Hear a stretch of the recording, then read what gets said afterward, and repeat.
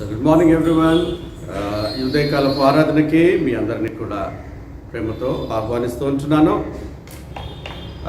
అందరు కూడా సిద్ధంగా ఉంటున్నారు అని నేను నమ్ముతూ ఉంటున్నాను. దేవునికి మహిమ కలుగుగాక. ప్రార్థన చేసుకుని ముందుకు వెళ్దాం.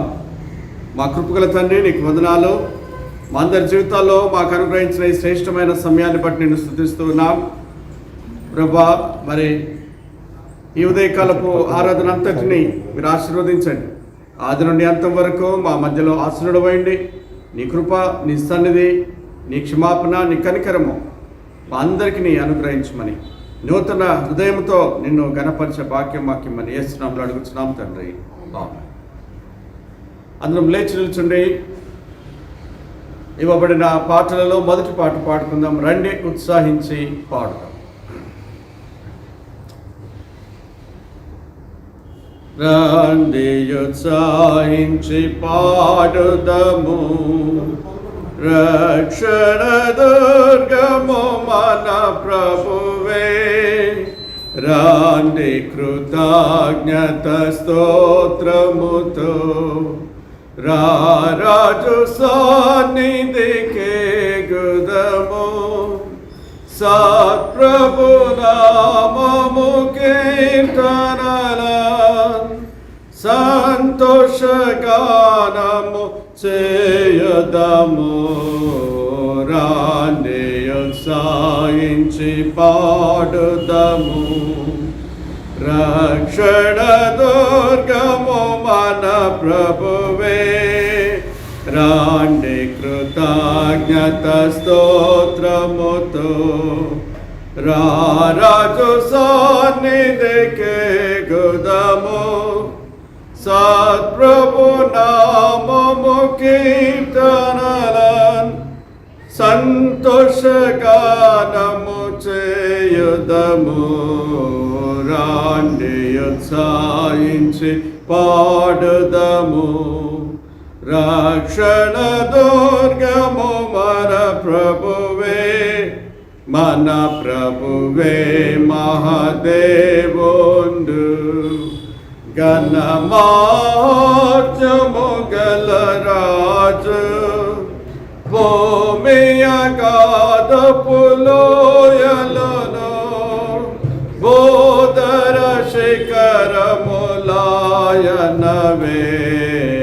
రాండి ఉత్సాహించి పాడుదము, రక్షణ దుర్గము మన ప్రభువే.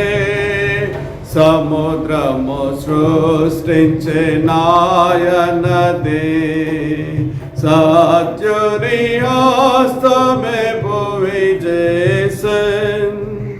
ఆయన దైవము పాలితులా మాయనమే పెడి గొర్రెలము.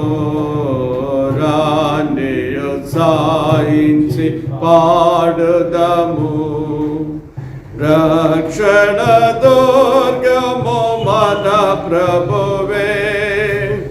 ఆ ప్రభు సన్నిధి మోకరించి ఆయన ముందర మ్రోకుదము. ఆయన మాటలు గైకొనినా నయ్యవి మనకెంతో మేలగును. రాండి ఉత్సాహించి పాడుదము, రక్షణ దుర్గము మన ప్రభువే. తండ్రి కుమార శుద్ధాత్మకును తగు స్తుతి మహిమలు కలుగుగాక. ఆదిని ఇప్పుడు ఎల్లప్పుడు అయినట్టు యుగముల నామే. తండ్రి కుమార శుద్ధాత్మకును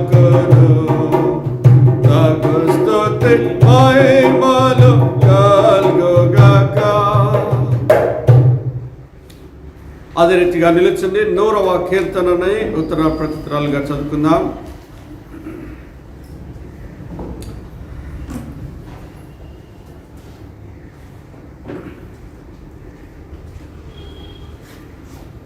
సమస్త దేశములారా యెహోవాకు ఉత్సాహధ్వని చేయుడి. సంతోషంతో యెహోవాను సేవించుడి. ఉత్సాహగానం చేయుచు ఆయన సన్నిధికి రండి. యెహోవాయే దేవుడని తెలుసుకొనుడి. ఆయనే మనలను పుట్టించెను. మనము ఆయన వారము, మనము ఆయన ప్రజలము, ఆయన మేపు గొర్రెలము. కృతజ్ఞతార్పణలు చెల్లించుచు ఆయన గుమ్మములలో ప్రవేశించుడి. కీర్తనలు పాడుచు ఆయన ఆవరణలో ప్రవేశించుడి.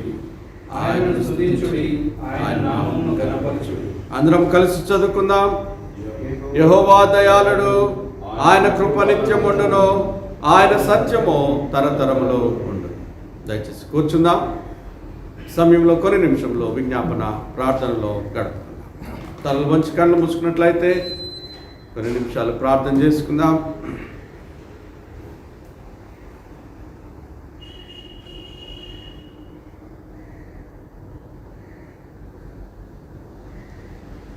మహోన్నతమైన మా తండ్రి, సర్వశక్తి గల మా గొప్ప దేవ, సర్వాధికారి,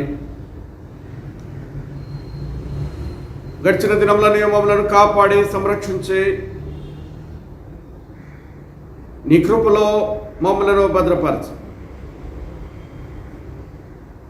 సజీవుల లెక్కలో నిలిపి ఈ దినమున నిన్ను ఆరాధించే తరుణంలో మాకు అనుగ్రహించినందుకు కొరకై నీకు స్తోత్రములు చెల్లిస్తున్నాం.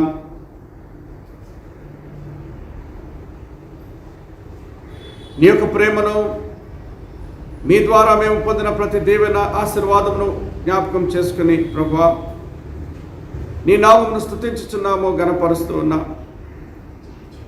మా ప్రభువైన యేసుక్రీస్తు ద్వారా మాకు అనుగ్రహించబడిన రక్షణ స్వాస్థ్యమును బట్టి నీకు వందనాలు, పాప క్షమాపణను బట్టి నీకు కృతజ్ఞతలు తెలియజేస్తూ ఉంటున్నా.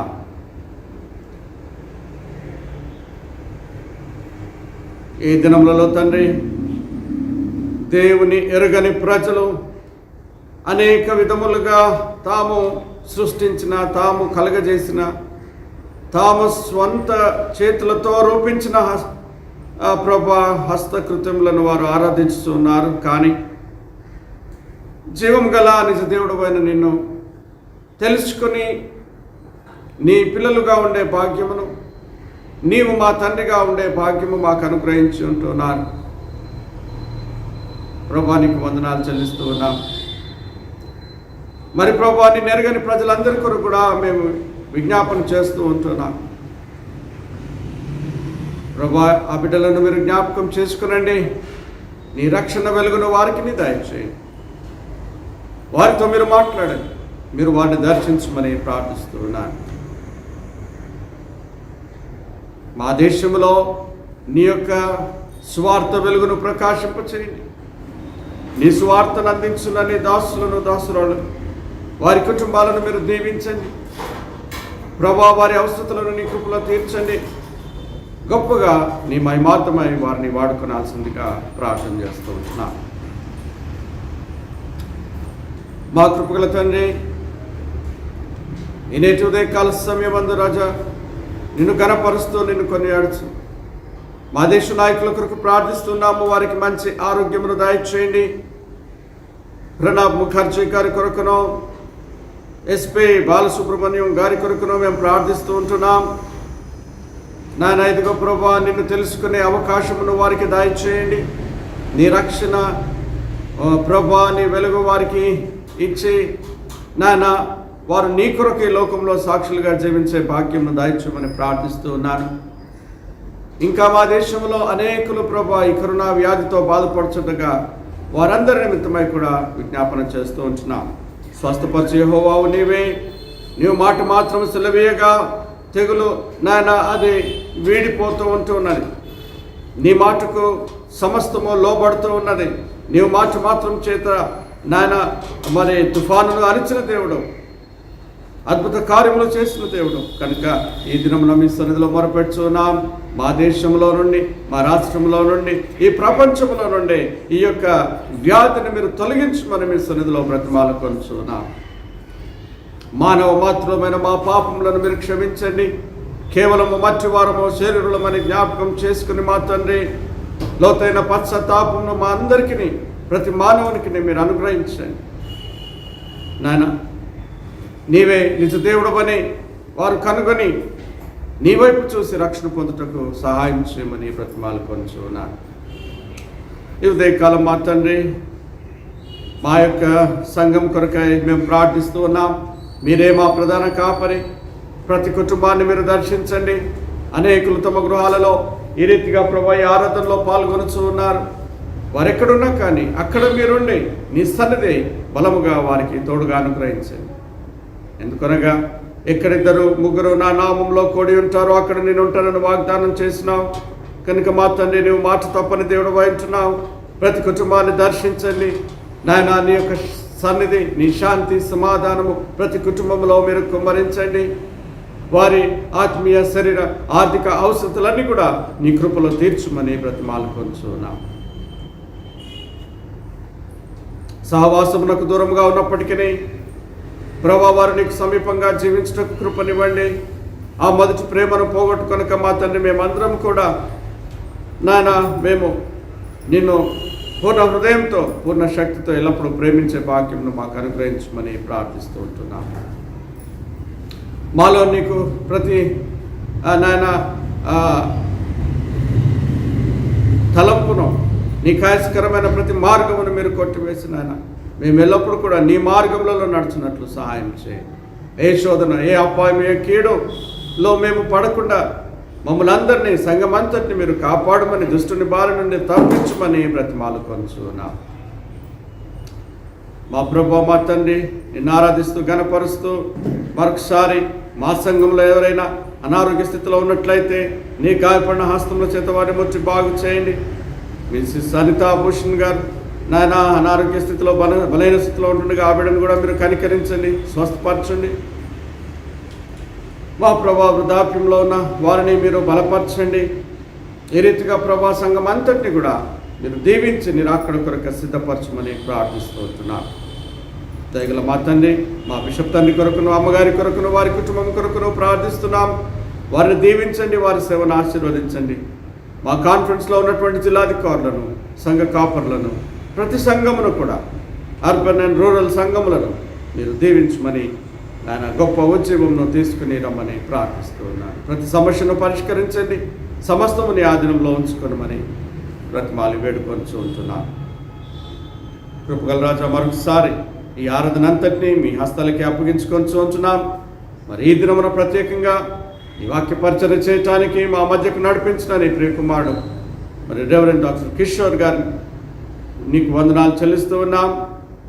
మరి ప్రభా, మరి ఈ దినమున మా మధ్యలో ఉండి నీ వాక్య పరిచర్య చేసే కృపనిచ్చారు.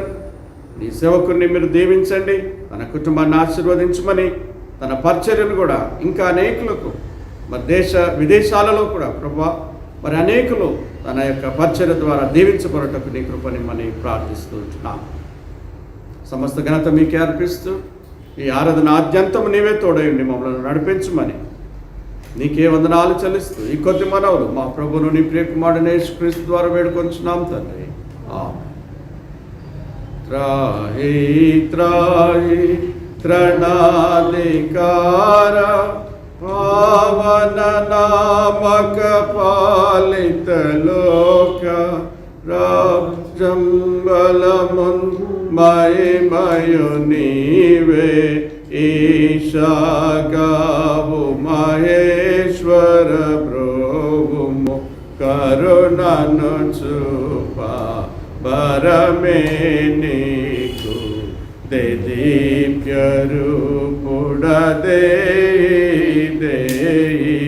త్రాహి త్రాహి త్రణాధికార మోక్షోత్పాదన మాన్పుము దేవా మాతా పితముల వెదకకు దేవా రాజము మారుగవచును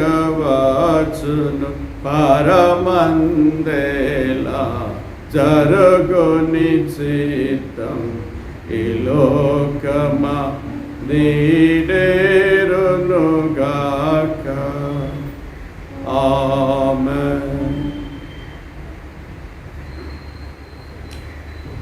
ఈ దినం కొరకై ఏర్పాటు చేయబడిన వాక్య భాగాన్ని పాస్టర్ గారు చదువు. దినముకై ఏర్పాటు చేయబడినటువంటి వాక్య భాగమును చదువుకుందాము. 1 రాజులు 6వ అధ్యాయము 7వ వచనము మరియు 18వ వచనము చదువుకుందాము. 1 రాజులు 6వ అధ్యాయము 7వ వచనము మరియు 18వ వచనము చదువుకుందాము. 1 Kings 6th chapter 7th verse and 18th verse. Only 2 verses. Okay. అయితే మందిరము కట్టు సమయమున అది ముందుగా సిద్ధపరచి తెచ్చిన రాళ్లతో కట్టబడెను. మందిరము కట్టు స్థలమున సుత్తె, గొడ్డలి మొదలైన ఇనుప పనిముట్ల ధ్వని ఎంత మాత్రమునో వినబడలేదు. 18వ వచనం చదువుకుందాం. మందిరము లోపలనున్న దేవదారు పలకల మీద గుబ్బలను వికసించిన పువ్వులను చెక్కబడి ఉండెను. దేవుడి వాక్యమును మన ఆత్మీయ మేలు నిమిత్తమై ఆశీర్వాదించి దీవించునుగా. అందరం లేచి నిల్చుండి దేవుని వాక్యాన్ని గణపరుస్తాము. నీ వాక్యము నా పాదములకు దీపము దీపము నా త్రోవకు వెలుగై వెలుగై లోనాచియా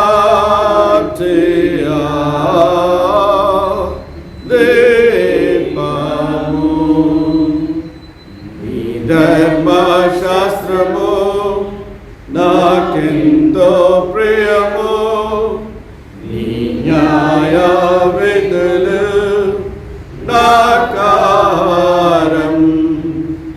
నీ ధర్మశాస్త్రము నాకెంతో ప్రియము. నీ న్యాయ విధులు నాకారం. హల్లెలూయా హల్లెలూయా హల్లెలూయా హల్లెలూయా. నాదురేసుకు క్రీస్తు రాజుకు హల్లెలూయా. నాదురేసుకు క్రీస్తు రాజుకు హల్లెలూయా. ఆమేన్. దయచేసి కూర్చోండి.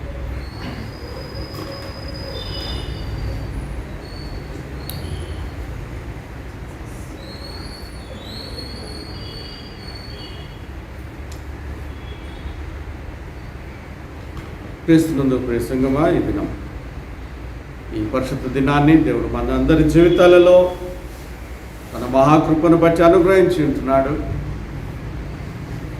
ఈ భయంకరమైన దినాల్లో కూడా దేవుడు మనల్ని భద్రపరుస్తూ తన రెక్కల చాటున మనల్ని దాచి ఉంటున్నాడు. కేవలం దేవుని కృపయే మనం ఏమైంటున్నామో ఈ దినమున కేవలం ఆయన కృపయ అయి ఉంటున్నదని మనం ఒప్పుకొనచ్చు. మనం దేవుణ్ణి ఆరాధిస్తూ ఉన్నాం. మరి పాటల ద్వారా కూడా మనం దేవుణ్ణి స్తుతిస్తాం, ఆయన నామాన్ని ఘనపరుస్తాం. నీవు చేసిన మేలులకు, నీవు చూపిన కృపలకు ప్రభువా నీకు వందనాలు అని చెప్పి మనం దేవునికి కృతజ్ఞతలు తెలియజేస్తాం. సంగమా, ఈ పాట పాడే సమయంలో దేవుడు నీ కుటుంబంలో మీ ఎడల దేవుడు చేసిన మేళ్ళను బట్టి మీరు స్తుతించాలి. నా ఎడల దేవుడు చేసిన మేళ్ళను బట్టి నేను దేవుని స్తుతిస్తూ ఉన్నాను. మీ బదులు నేను స్తుతించలేను, నా బదులు మీరు స్తుతించలేరు. కానీ దేవుడు ఈ దినాన మరి ఆయన మన హృదయాలను చూస్తూ ఉన్నటువంటి దేవుడు కనుక కృతజ్ఞతాభావంతో ఈ పాటను మనం పాడుతాం.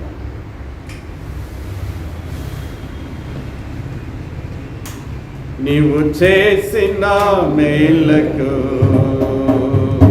చూపిన కృపలకు, నీవు చేసిన మేలకు, నీవు చూపిన కృపలకు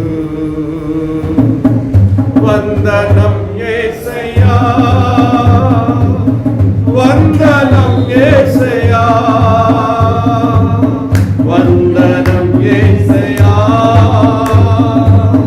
వందనం యేసయ్యా. Sing everybody. వందనం యేసయ్యా, వందనం యేసయ్యా, వందనం యేసయ్యా, వందనం యేసయ్యా. ఏ పాపి వాడనని నేను నన్నెంతగానో ప్రేమించావు, అంచెలంచెలుగా హెచ్చించి నన్నెంతగానో దీవించావు. ఏ పాపి వాడనని నేను నన్నెంతగానో ప్రేమించావు, అంచెలంచెలుగా హెచ్చించి నన్నెంతగానో దీవించావు. వందనం యేసయ్యా, వందనం యేసయ్యా, వందనం యేసయ్యా, వందనం యేసయ్యా, వందనం యేసయ్యా, వందనం యేసయ్యా, వందనం యేసయ్యా,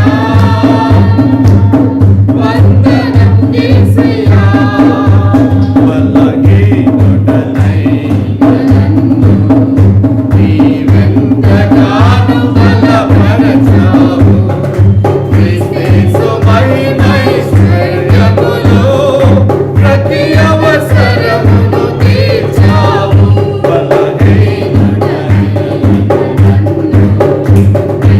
ఎంతగానో బలపరచావు, క్రీస్తు మహిమైశ్వర్యములో ప్రతి అవసరమును తీర్చావు. వందనం యేసయ్యా, వందనం యేసయ్యా, వందనం యేసయ్యా, వందనం యేసయ్యా, వందనం యేసయ్యా, వందనం యేసయ్యా,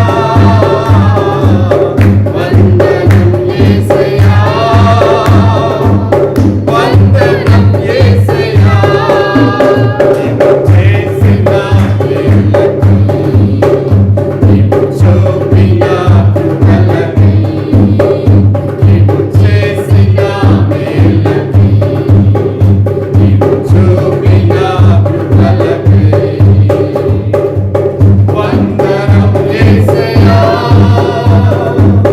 వందనం యేసయ్యా, వందనం యేసయ్యా, వందనం యేసయ్యా, వందనం యేసయ్యా, వందనం యేసయ్యా, వందనం యేసయ్యా, వందనం యేసయ్యా. లేచి కూర్చోండి, దేవుని స్తుతిద్దాం. నిజంగా మన బలహీన స్థితిలో మనల్ని బలపరిచిన దేవుడు, ఏ పాటి వాడను ప్రభా, నన్ను ఎంతగా ప్రేమించి నన్ను ఎంతగా హెచ్చించావు నాయన. దేవా, నా జీవితంలో నువ్వు చేసిన ప్రతి ఆశ్చర్య కార్యాన్ని బట్టి నీకు వందనాలు చెల్లిస్తున్నా ప్రభా. నేను యోగ్యుడను కాదు తండ్రి, కేవలం ప్రభా మర్చివాడను తండ్రి. ఇదిగో మీరు మమ్మల్ని ప్రేమించారయ్యా, ప్రాణం పెట్టినంతగా నీ ప్రియ కుమారుడు యేసు క్రీస్తు ద్వారా మమ్మల్ని రక్షించుకొని నీ యొక్క బిడ్డలుగా ఉండే భాగ్యమును మాకు అనుగ్రహించారు అయ్యా. నేను స్తుతిస్తున్నామని చెప్పి దేవునికి మనం కృతజ్ఞతలు తెలియజేస్తాం. అదే రీతిగా కళ్ళు మూసుకుని ఉండండి.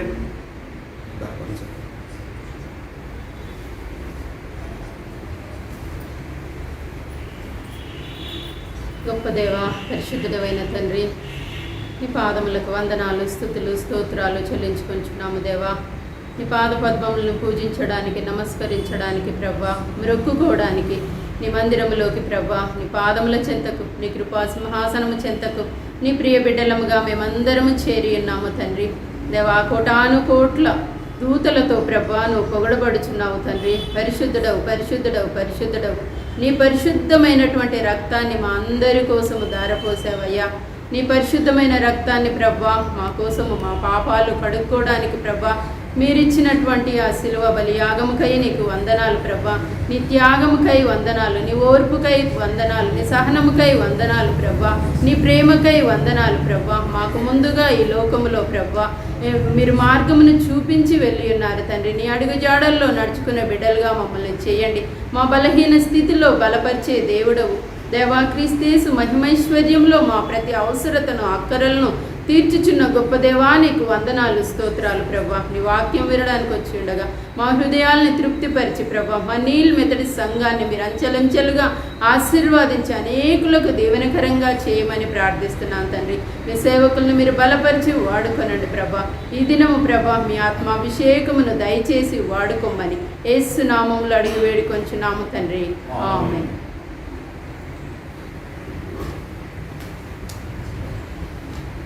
క్రీస్తునందు ప్రియ దేవుని సంగమా, ఈ ఉదయకాలం దేవుని వాక్యాన్ని మనకు అందించడానికి మన మధ్యలో రెవరెండ్ డాక్టర్ కిషోర్ కుమార్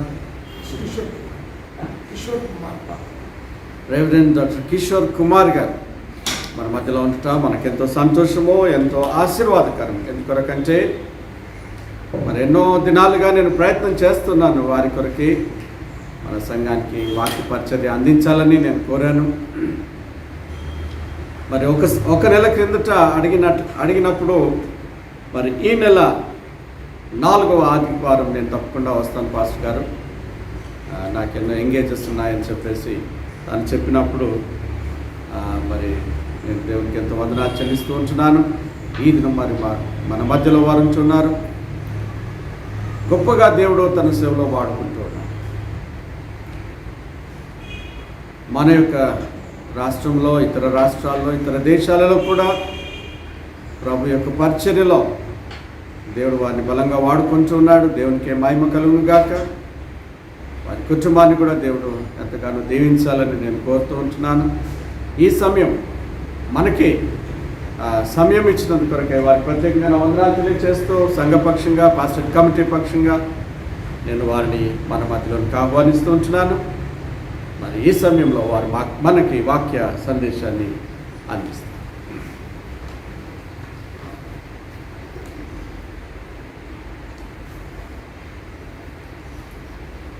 యేసుక్రీస్తు ప్రశస్త నామంన మరి అందరికీ వందనాలు చెప్తూ ఉన్నాను. మరి ప్రేమతో ఈ పునరుత్థాన దినమందు నన్ను ఆహ్వానించి వాక్యం పంచుకోవడానికి అవకాశం అనుగ్రహించిన పాస్టర్ తిమోతి గారికి, సంఘ సభ్యులకు కూడా వందనాలు చెప్తూ ఉన్నాను.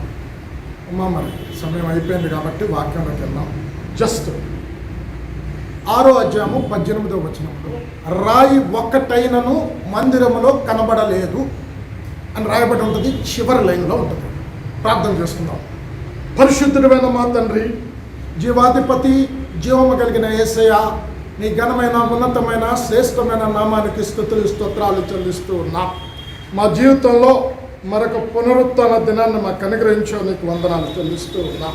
నువ్వు మాకు ఇచ్చిన టెక్నాలజీని బట్టి నానా టెక్నాలజీని వాడుకొని ఈ రీతిగా తండ్రి సంఘ సభ్యులతో వాక్య పరిచర్య ద్వారా కలుసుకోవటానికి ఇచ్చిన అవకాశాన్ని బట్టి వందనాలు చెల్లిస్తూ ఉన్నా. నానా ఎంతో ఆశతో నీ ప్రియబిడలని వాక్యం వినాలని ఎదురు చూస్తూ ఉన్నా. వాక్యం నీది, బోధించే దేవుడు నీవు కనుక నువ్వు బోధిస్తే ఈ వాక్యంలో దాచబడిన సత్యములు మా ముందుంచబడతాయి. కనుక బోధిస్తున్న నన్ను నీ సిలువ చాటున మరుగుపరిచి, బోధిస్తున్న నాకు, వింటున్న సంఘానికి మీరే బోధకులుగా ఉండి నడిపించమని యేసు నామంలో ప్రార్థించి వేడుకొంచున్నాము తండ్రి. ఆమేన్. నా ప్రియ క్రైస్తవ సంఘమా, ఆల్రెడీ మరి మందిరం 5 మాసాలైంది మందిరాలు ఓపెన్ అయ్యి. దేవుడు అంచె దినాలలో జరగబో సంఘటనను చాలా స్పష్టంగా ఆయా ప్రవక్తల ద్వారా దేవుడు ముందుగా పొందుపరిచి ఉంచాడు.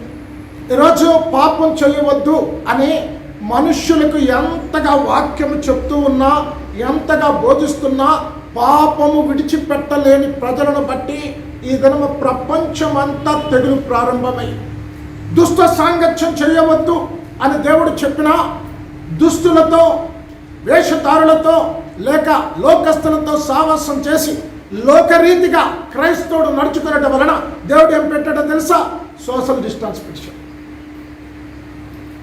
వ్యర్థమైన మాటలు మాట్లాడవద్దు, అవిశ్వాసంతో కూడిన మాటలు మాట్లాడవద్దు, ఇతరులను గాయపరిచే మాటలు మాట్లాడవద్దు అని ఎంత చెప్పినా ప్రజలు వినలే. కనుక మాస్క్ పెట్టాడు నోటికి. దేవుడు గొప్ప దేవుడు అండి. ఈరోజు 5 మాసాలు అయినది మందిరం ప్రారంభించబడి.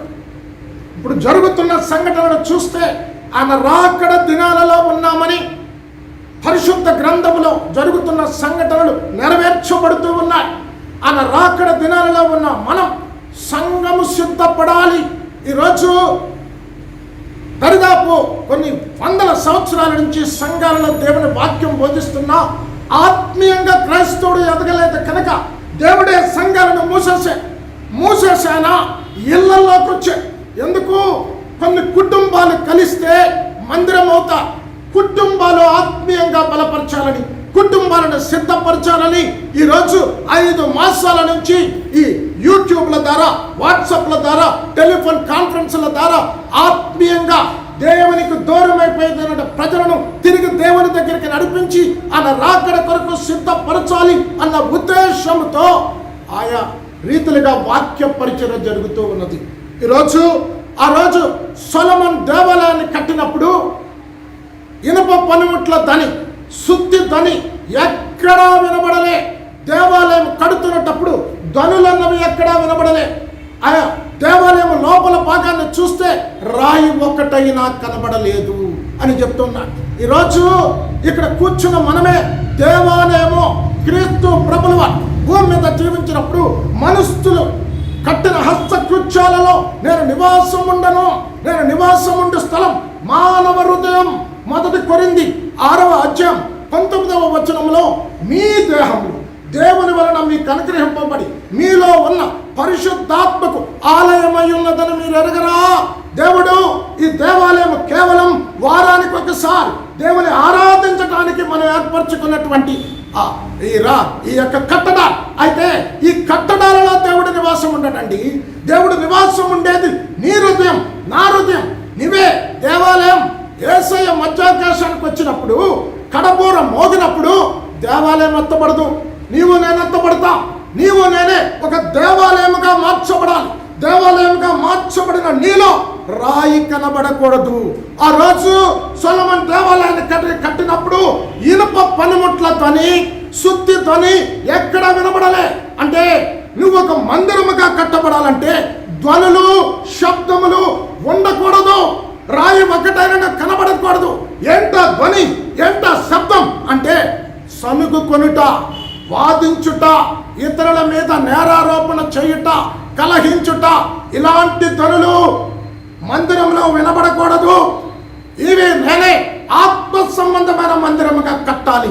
ఈ ఆత్మ సంబంధమైన మందిరముగా కట్టబడిన నిన్ను ఆయన రాకడకు వచ్చినప్పుడు ఎత్తబడి ఈ మందిరం ఎత్తబడేటటువంటి గుంపులో ఉండాలని ఆయన అంటున్నాడు.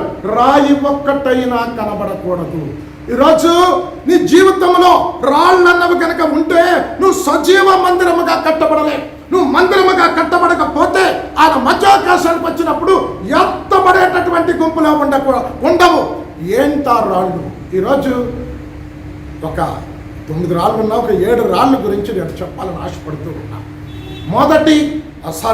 నిర్గమకాండం 17వ అధ్యాయము 4వ వచనం, exodus 17th chapter 4th verses. ఇక్కడ రాయి అనగా సనుగుట, వాదించుట, ఇతరుల మీద నేరారోపణ చేయుటను చూపెడుతూ ఉన్నది. Exodus 17th chapter 4th verses లో ఇక్కడ మోషే యెహోవాకు మొరపెట్టుచు, ఈ ప్రజలకు నేనేమి చేతును? ఇంకా కొద్ది క్షణాలలో రాళ్లతో కొట్టి నన్ను చంపుతారు అంటున్నాడు మోషే. ఇశ్రాయేలు ప్రజలు పస్కా గొర్రె పిల్ల రక్తము ద్వారా ఐగుప్తు బానిసత్వం నుంచి విడిపించబడ్డారు. ఈరోజు పస్కాకు సాదృశ్యమైన యేసయ్య రక్తము ద్వారా మనం కడగబడ్డాం. యేసయ్య రక్తము ద్వారా పాపపు దాస్యము నుంచి విడిపించబడ్డాం. ఆ రోజున ఫరో యొద్ద నుండి వారు బయటకు వచ్చారు. ఈరోజు ఫరోకు సాదృశ్యంగా ఉన్న సాతాను వద్ద నుండి మనం బయటకు వచ్చాం. ఐగుప్తు నుంచి బయటకు వచ్చాం. ఐగుప్తుకు సాదృశ్యంగా ఉన్న లోకము నుండి బయటకు వచ్చాం. బయటకు వచ్చిన మనలో రాళ్ళు కనబడకూడదు. నీవు నేనే సజీవ మందిరముగా కట్టబడుతూ ఉండాలి. ఈ మందిరం ఎత్తబడాలి అంటే ఆ రోజు సొలొమోను దేవాలయం లోపట రాయి ఒక్కటి కూడా కనబడలేదు. ధ్వనులు శబ్దములు వినబడలే. ఈరోజు నీవు నేను కూడా ఆత్మ సంబంధమైన మందిరముగా కట్టబడటానికి రాయి ఒక్కటైనా కనబడకూడదు. ఆ రోజు దేవుడు ఇశ్రాయేలీల ప్రజలతో ఈ రీతిగా సెలవిచ్చే ఏమని, మీరు బయలుదేరి సర్వ సమాజము యెహోవా మాట చెప్పున సీనా అరణ్యములో నుండి బయలుదేరి రెఫీదీములో దిగిరి. రెఫీదీములో దిగినప్పుడు ప్రజలు తాగటానికి నీళ్లు లేనందున మోషే మీద సనుగుచూ మాకు తాగటానికి నీళ్ళు ఇమ్మని మోషేని అడిగితే మోషే అంటున్నా, మీరు నాతో వాదింపనేలా, యెహోవాను శోధింపనేలా అని మోషే వారితో చెప్పే. అయితే ప్రజలందరూ కూడా తాగటానికి నీళ్లు లేనందున మోషే మీద సనుక్కునట్టు, ఇంతెందుకు మమ్ములను మా పిల్లలను మా పశువులను అరణ్యములో చంపుటకు ఐగుప్తు నుండి మమ్మల్ని ఇక్కడికి తీసుకొని వచ్చారేమిటి అంటే, ఈరోజు ఆ రోజున దేవుడు ఎన్నో అద్భుతాలు చేశాడు, ఎన్నో ఆశ్చర్య కార్యాలు చేశాడు. అయితే మోషేపై తిరుగుబాటు చేస్తున్నారు. మోషే మీద సనుక్కుంటూ వారు అంటున్నారు, తాగటానికి మాకు నీళ్ళే, మమ్మలను మా పిల్లలను పశువులను తప్పికతో చావటానికనా ఐగుప్తు నుండి ఇక్కడికి తీసుకుని వచ్చారు అరణ్యంలో. ఈ అరణ్యంలో చనిపోవటం కంటే ఐగుప్తులో బానిసలుగా ఉండటం మేలు అని మోషే మీద వారు సనుక్కున్న. మోషేతో వారు వాదించే, మోషే మీద రాళ్ళు పట్టుకొని రువ్వటానికి సిద్ధపడ్డారు. అమ్మా, మీ జీవితంలో రాయి ఒకటైనా కనబడకూడదు అంటే అనగా దాని అర్థం ఏమిటి అంటే, ఇతరుల మీద సనుగుకొనుట, ఇతరుల మీద వాదించుట, ఇతరుల మీద నేరారోపణ చేయుట అన్న రాయి ఒక్కటి కూడా కనబడకూడదు నీ జీవితంలో. అలాగ రాయి కనబడితే నువ్వు సజీవమైన మందిరముగా కట్టబడటానికి అవకాశం లే. నువ్వు మందిరముగా కట్టబడకపోతే ఎత్తబడేటటువంటి గుంపులో ఉండవు. ఆ రోజున సొలొమోను దేవాలయాన్ని కట్టినప్పుడు ధ్వనుల శబ్దములే, ఇనుప పనిముట్ల శబ్దములే. ఈరోజు దేవాలయాలలో ఎందుకు దేవుడు నిశ్శబ్దం అయిపోయే? ఆ రోజున ఏలీ మందిరం ఉన్నది. ఏలీ మందిరములో దైవ సన్నిధిలే, వాక్య ప్రత్యక్షతలే. కారణం, దేవాలయములో యాజకులు పాపం చేయటం వలన దేవుడు నిశ్శబ్దం అయిపోయే. ఈ రోజున సనుగుడు, గొనుగుడు, వాదించుట అన్నది దేవాలయాలు ఎక్కువే. ఈ నాయకులన్నీ ఆ నాయకుల మీద పడదు కనుక సనుగు కొనుట, వాదించుట అన్నది ఉంటే నీ జీవితంలో రాయి ఉన్నది. ఈ రాయి తీసివేసుకుంటే తప్ప ఆత్మ సంబంధమైన మందిరముగా కట్టబడటానికి అవకాశం లే. నిర్గమకాండం 14వ అధ్యాయం 2వ వచనం చూసుకుంటే ఇక్కడ మోషే 12 గోత్రాల పెద్దలను పిలిచి కానానును వేగు చూచి రమ్మని చెప్పాడు. అయితే 10 మంది, ఆ పేర్లు రాయబడలేదండి. ఇక్కడ కూర్చున్న మిమ్మల్ని ఎవరినైనా 10 మంది పేర్లు చెప్తారా అంటే ఎవరు చెప్పలేరు, నేను కూడా చెప్పలేను, ఎందుకంటే రాయలేదండి. 2 పేర్లు రాశారు, యెహోషువ, కాలేబ్. 10 మంది చట్ట సమాచారాన్ని తీసుకొచ్చారు. అయితే ఇతరు చెప్పే నిశ్చయముగా అది పాలు తేనెలు ప్రవహించే ప్రదేశం. దేవుడు మన పక్షంగా ఉన్నాడు కనుక ఆ దేశాన్ని మనం స్వాధీనపరుచుకుంటామంటే 10 మంది అక్కడ నెప్పీలీలు ఉన్నారు, బలవంతులు ఉన్నారు, వారిని మనం జయించలేం. వారి ఎదుట మనం మిడతల్లకున్నాం. అయితే మోషే ఆరోనుల మీద సనుక్కుంటూ వ్యతిరేకంగా పోగైనట్టు సంఖ్యాకాండం 14వ అధ్యాయం 2వ వచనములో రాయబడింది. 9వ వచనాన్ని కనుక చూస్తే వీరందరూ కూడా రాళ్ళు రువి మోషేను చంపాలనుకుంటున్నారు. 26 సంఖ్యాకాండం 14వ అధ్యాయం 26, 27 వచనాలు చదువుకుంటే ఇక్కడ దేవుడు అంటున్నాడు మోషేతో అహరోనుతో, యెహోవా మోషేతో అహరోనుతో, ఈ ప్రజలు నా మీద సనుగు కొంచు, నా మీద తిరుగుబాటు చేస్తూ ఉన్నారు. అమ్మా ఈరోజు సనుగు కొనుట, తిరుగుబాటు చేయుట, ఇతరుల మీద నేరారోపణ చేయుట లక్షణం ఎవరితో తెలుసా? Revolution 12th chapter 10th verses, ప్రకటన 12వ అధ్యాయం 10వ వచనములో రాత్రి పగళ్ళు తన సహోదరుల మీద నేరము మోపువాడైన అపవాది. ఈరోజు సనుగుట, వాదించుట, ఇతరుల మీద నేరం మోపుటన్న లక్షణం అపవాది యొక్క లక్షణం. అంటే ఈ గుణము నీలో ఉన్నదంటే సాతాను ఆత్మ నీలో క్రియ చేయుచున్నది. కనుక ఇతరుల మీద నేరారోపణ చేయ ఆత్మకు మనం చోటు ఇవ్వకూడదు. ఇతరుల మీద నేరారోపణ మనం చేయకూడదు. యెషయా 62వ అధ్యాయం 10వ వచనం, ఐజియా 62 chapter 10th verse గుమ్మముల ద్వారా రండి రండి, జనములను సిద్ధపరచుడి, రాజ మార్గమును చక్కపరచుడి, రాళ్లను ఏరి పారవేయుడి. ఇక్కడ అంటున్నాడు రాళ్లను ఏరి పారవేయుడి. ఏంటా గుమ్మం? పరలోక గుమ్మములో చేరే ప్రతి వాడు కూడా ఇక్కడ అంటున్నాడు త్రోవను సిద్ధపరచుటకు. అమ్మ యెషయా 62:10, త్రోవను సిద్ధపరచుటకు. మన జీవితంలో కనబడుచున్న ఇతరుల మీద నేరారోపణ చేయు రాళ్ళు ఏవైతే ఉన్నాయో ఆ రాళ్ళు ఏరి పారవేయాలి. చాలా స్పష్టంగా ప్రవక్తన యెషయా రాళ్ళని ఏరి పారవేయండి. ఆ గుమ్మములో గుండా మీరు ప్రవేశించడానికి, పరలోక గుమ్మములో నుండి మీరు లోపలికి చేరడానికి, పరలోకమనే ప్రదేశంలో చేరటానికి, త్రోవను సిద్ధపరచడానికి నీ జీవితంలో నీకు కనబడుచున్న ఇతరుల మీద నేరారోపణ చేయి రాళ్ళు ఏరి పారవేయి. ఈరోజు ఇతరుల మీద వాదించుట అన్న రాళ్ళు కనుక మనలో క్రియ చేయుచున్నదంటే నువ్వు ఒక మందిరముగా కట్టబడలే. కనుక నీ జీవితంలో ఏవైతే రాళ్ళు ఉన్నాయో ఆ రాళ్ళు తీసివేసుకుంటే తప్ప సజీవమైన మందిరముగా కట్టబడలేవు. మొదటి రాయి సన్నుగుట, వాదించుట, ఇతరుల మీద నేరారోపణ చేయుట. రెండవ రాయి అమ్మ మొదటి సమూయేలు 25వ అధ్యాయం 37, 38 వచనాలు చదువుకుంటే మీరు తీసి ఓపెన్ చేసి చూసుకోండి. ఈ రాయి దేన్ని చూపెడుతుందంటే అంతరంగ పురుషునిలో మరణాన్ని చూపెడుతూ ఉన్నది. అంటే రెండవ రాయి అంతరంగ పురుషుల్లో మరణం అంటే రాతి లాంటి హృదయం. నీ హృదయం రాయిగా చేసుకునటం ఇది సంభవిస్తే నీ అంతరంగ పురుషుడు మరణిస్తా. దావీదు గారు కర్మెల్ పర్వతం దగ్గర ఉన్నటప్పుడు నాబాలు అనే ఆ భాగ్యవంతుడి యొక్క గొర్రెలు ఆ చుట్టూ కర్మెల్ పర్వతం మీద మేస్తూ ఉన్నాయి. అయితే దావీదు సైన్యం అంతా కూడా వారి చుట్టూ ప్రాకారం లెక్క ఉన్నాయి కనుక ఏ హాని వారికి కలగలేదు.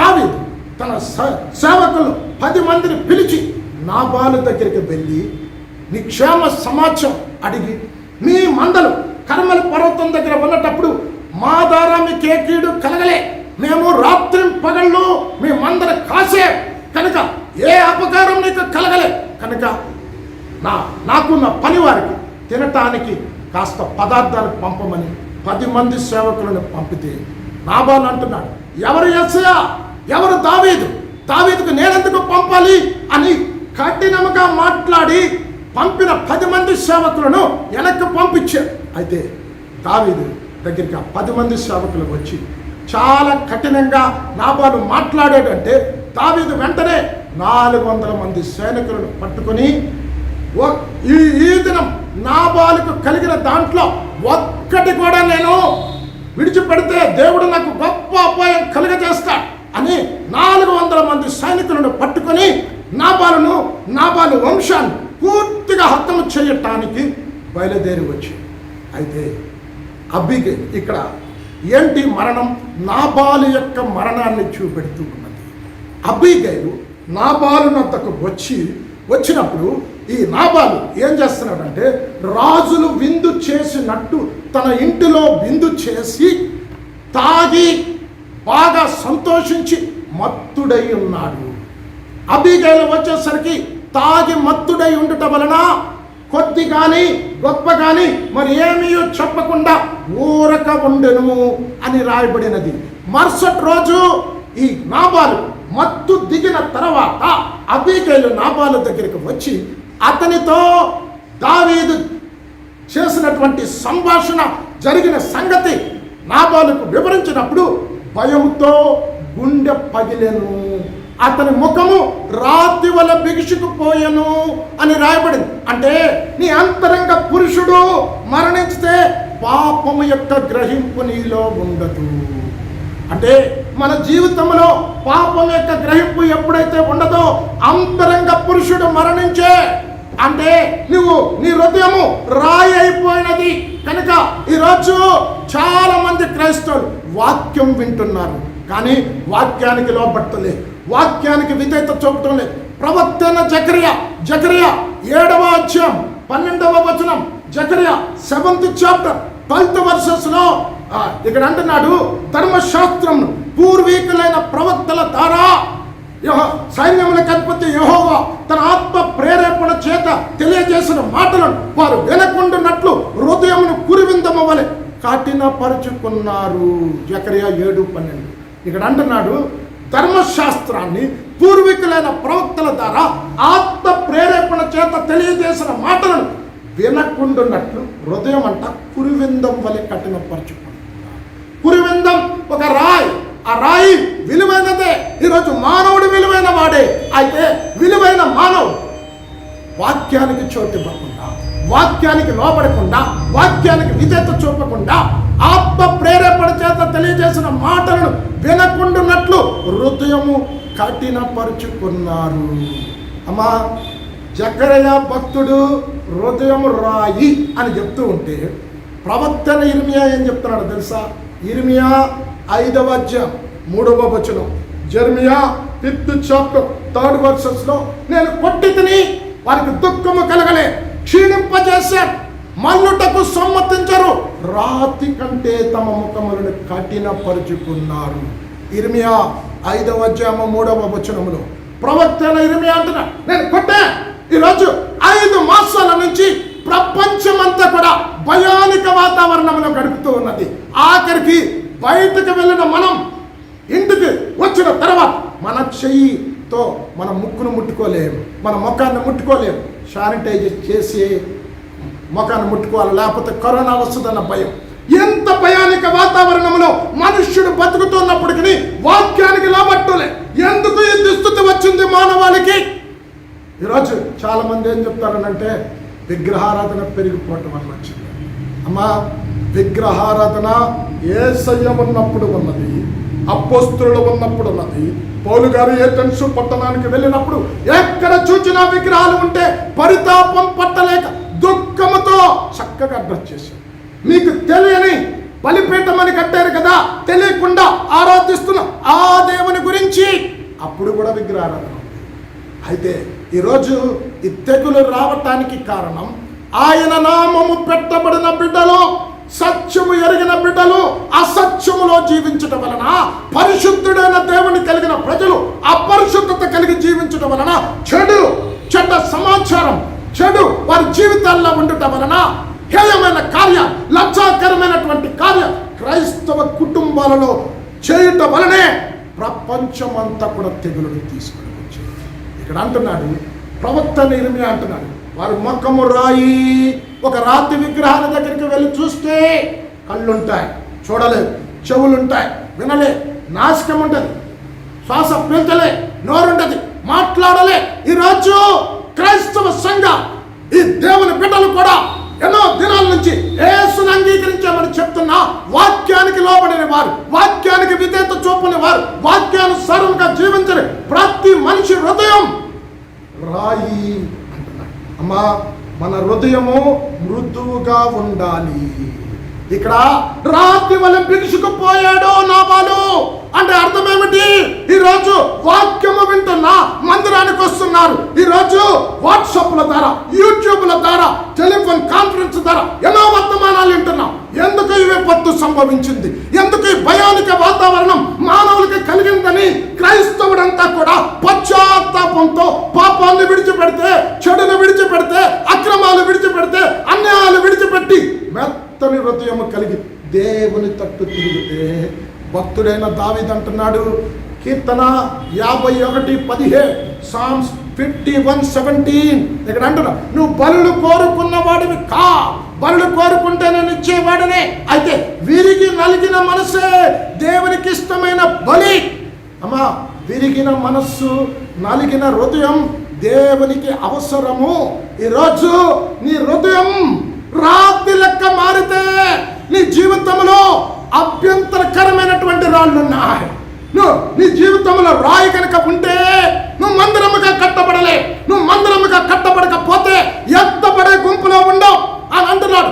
మానవుల కట్టు హృదయములో నేను నివాసం ఉండు స్థలం, మీరే నా దేవాలయం, మీరే సజీవమైన మందిరాలు. ఈరోజు సజీవమైన మందిరాలు పాడైపోయే తల్లి. అందుకే ఎక్కడ చూచిన భయానక వాతావరణం కలుగుతూ ఉంది. సజీవమైన మందిరం పాడైపోవటానికి కారణం రాళ్ళు చేరే. మందిరంలో రాళ్ళు కనబడకూడదు.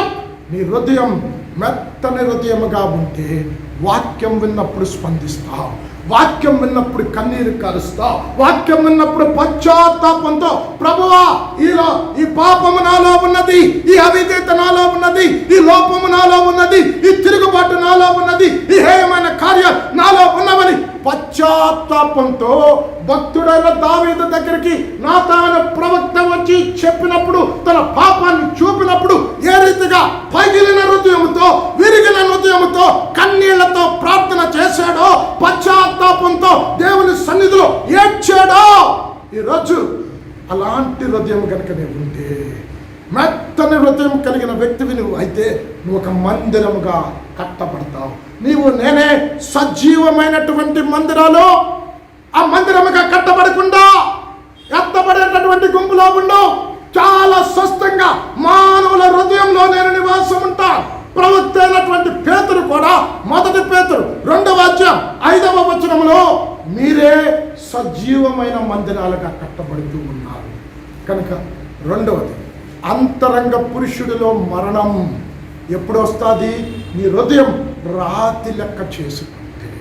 రాతి హృదయం కలిగిన వ్యక్తి దగ్గరికి వెళ్ళి మీరు ఎంత మాట్లాడండి, ఎంత కన్నీరు కార్చండి. ఈరోజు చాలా కుటుంబాలు, క్రైస్తవ కుటుంబాలు, అయ్యో నా భర్త కొరకు కన్నీరు కారుస్తున్నా, తాగుడు మాంటోలే, నా బిడ్డల కొరకు కన్నీరు కారుస్తున్నా, నాకు లోబట్టోలే, నా కడుపు కట్టుకొని బిడ్డలను పెంచే పెద్ద చేసే అడిగినవన్నీ ఇస్తున్నా, నా బిడ్డలు నా మాట వినటోలే, రాయైపోయింది. యవనస్తుల హృదయాలు రాయైపోయినది. అనేక మంది క్రైస్తవ కుటుంబాలలో తాగుబోతులు ఎక్కువైపోయాయి. కారణం భార్య కన్నీరు కారుస్తున్నా హృదయం రాతి లెక్క మార్చబడిపోయినది. అమ్మా, రాయి ఒక్కటి కనబడినా నువ్వు మందిరముగా కనబడవు. రెండవ రాయి. మూడవ రాయి యోబు 6:12 అని అంటున్నాడు, నా బలము రాతి బలము వంటిది కాదా అంటున్నాడు. యోబు 6:12 అంటే ఏంటి? రాయి సొంత బలాన్ని చూపెడుతూ ఉన్నది, సొంత శక్తిని చూపెడుతూ ఉన్నది, మానవుని యొక్క బలాన్ని చూపెడుతూ ఉన్నది. అమ్మ, సంసోని గారు దేవుని ఆత్మ తన మీద దిగి వచ్చినప్పుడు కోతమ సింహం అతని మీదకి వస్తే ఒక గొర్రె పిల్ల చీల్చినట్టుగా చీల్చివేశాడు. ఎలా చీల్చాడు? దేవుని ఆత్మ తన మీదకి దిగిరాగా సింహం గొర్రె పిల్లను చీల్చినట్టు చీల్చేశాడు. ఫిలిష్తీయుల మీదకి వచ్చినప్పుడు 1000 మందితో దేవుని ఆత్మ బలముగా దిగిరాగా గాడిద ఎముకతో 1000 మందిని చంపాడు.